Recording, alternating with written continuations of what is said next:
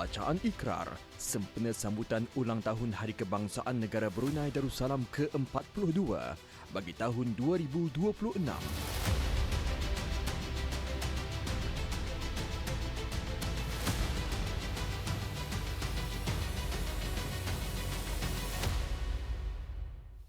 Bismillahirrahmanirrahim. Bismillahirrahmanirrahim. Dengan bersyukur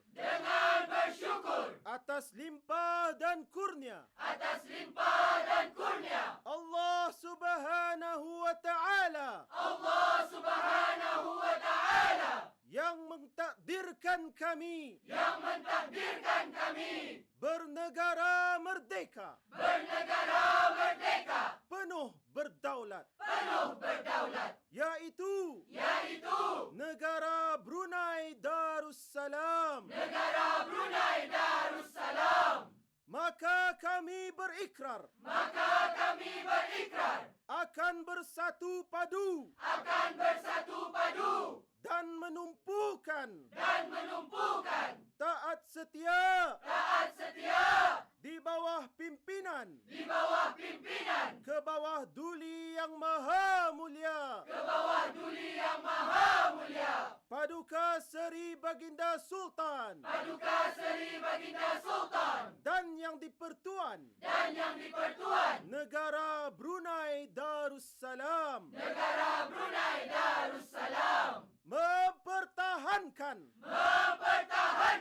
dan menjunjungnya dengan setia sebagai negara Melayu Islam beraja yang merdeka berdaulat dan demokratik bersendikan kepada ajaran-ajaran agama Islam menurut ahli sunnah wal jamaah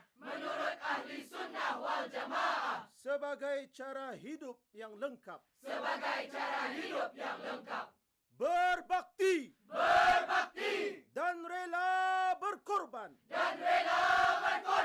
pada mempertahankan marwah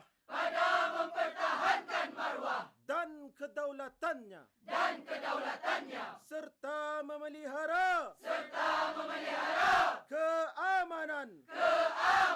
dan keselamatannya mendukung nilai-nilai akhlak yang sempurna serta taat dan menjunjung keluhuran undang-undangnya bekerja dengan gigih jujur lagi amanah pada meningkatkan kemajuan dan kemakmurannya yang diredai oleh Allah